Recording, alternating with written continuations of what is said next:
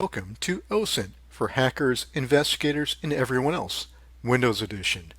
Now, as the name implies, this is going to be a Windows-focused OSINT course. I do realize that some people aren't able to use Windows, or sorry, not able to use Linux rather. Maybe their workplace is a Windows-focused place of work, or maybe they don't have time to learn Linux. They might need to initiate an investigation right away. That's what this course is going to be focusing on. We're going to be looking at methodology, we're going to be looking at various online tools, and we're going to be looking at Windows tools for doing OSINT investigations. Now, while I do prefer and I do recommend using Linux for OSINT investigations, Linux does tend to be more stable, there's a lot more tools, and it tends to be safer than the Windows counterpart. That's not to say Windows is not a valid operating system for OSINT investigations, but Linux does have quite a number of advantages to it over Windows.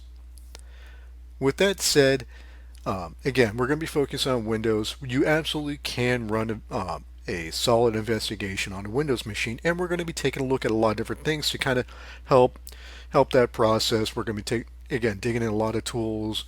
We're going to try to harden our Windows operating system in best practices when doing OSINT investigations under Windows.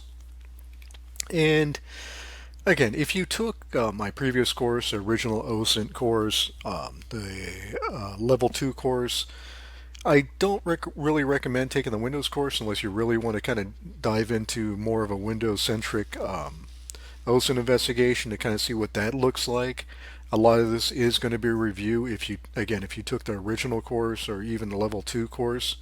So that's why I don't really recommend for those people to take this. But if you really want to check out the Windows course, if you want to support me more, then by all means go for it. But again, I do just want to warn those people that took my previous OSINT courses.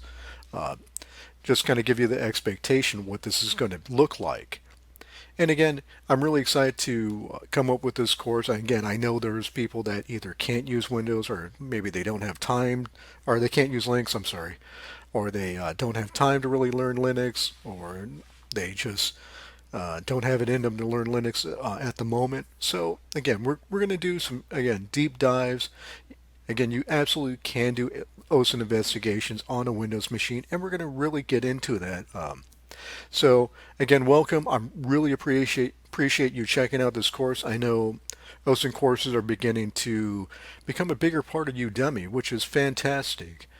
But I really appreciate you checking out my course. I hope you enjoy it, and if you have any questions, any problems, feel free to message me before you take the course, after you take the course, during the course, whenever. I try to be around quite a bit and be really active with the community. So again, thank you for watching, and let's get started.